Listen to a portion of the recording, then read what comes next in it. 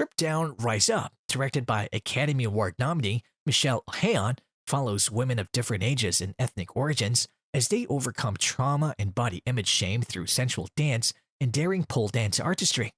In Strip Down, Rise Up, a student of S Factor's beginning pole dance class acknowledges to her classmates that the class is not what she expected. "I wasn't terrified when I showed up," the woman tells those assembled in the circle. "I'm a little afraid now."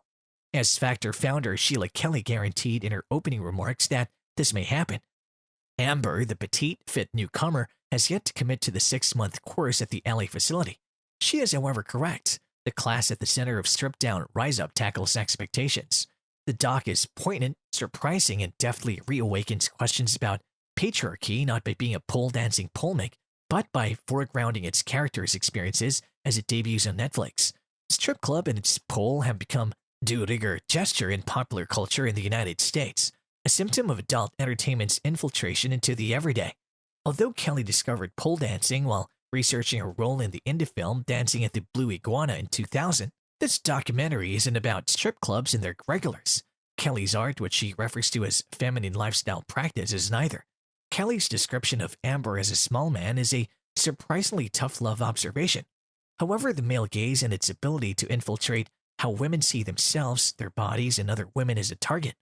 It's evident that the filmmaker collaborated with 3 female cinematographers.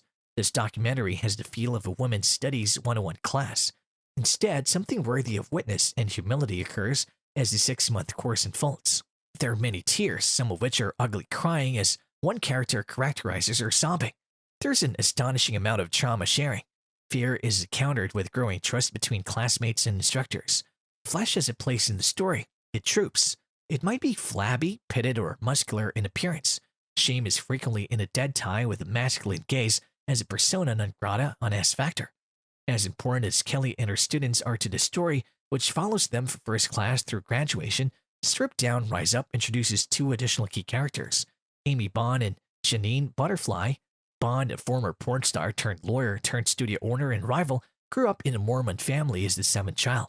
Her competitive routines are full of storytelling ambition and even props. Butterfly, a former Cirque du Soleil star, exemplifies the art of form's grace and power.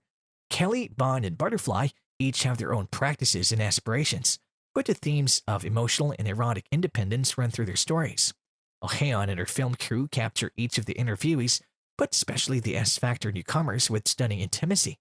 This corpse de pole of newcomers has a lot of appeal. When they go to buy shoes for their dance, it provides another opportunity for them to bond. Who knew 6-inch heels could be so healing?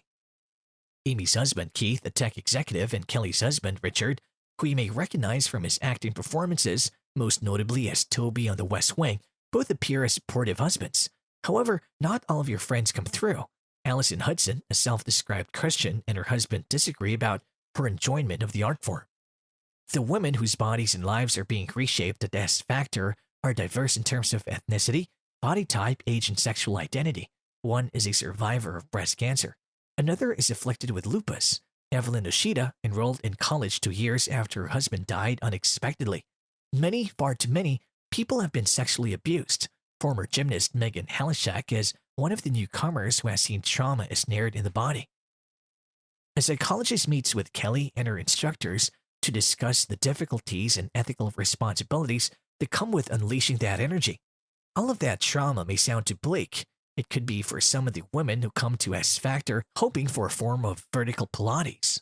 But the documentary sticks tenaciously to its title's Rising Up promise.